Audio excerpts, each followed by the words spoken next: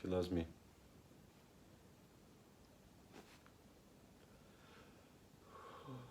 She loves me not. She loves me.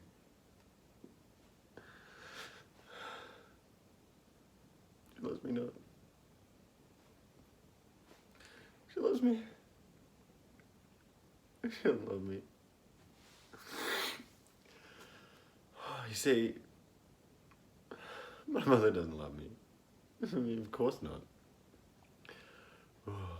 I mean, she wants to live, to love, to wear bright dresses. I mean, here I am, 25 years old, a consistent reminder that she's no longer young.